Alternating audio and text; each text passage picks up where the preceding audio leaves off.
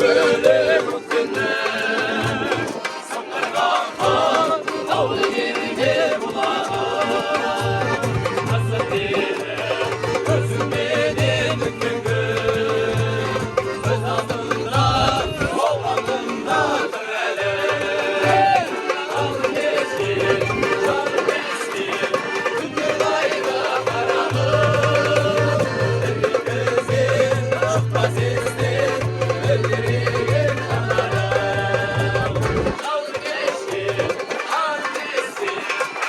Bayda karanlık Evli gözüm çok azizdir Öldüreyim kanarım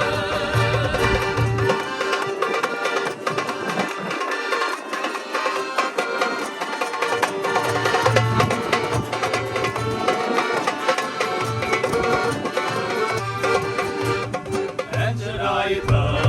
avuç ayda fırlasa Sürdük dağlar, hakkaları sırlasa Kızla dağlar, çaydalar, soğudalar Buramızın dağlarından koşacak Canım geçti, canım geçti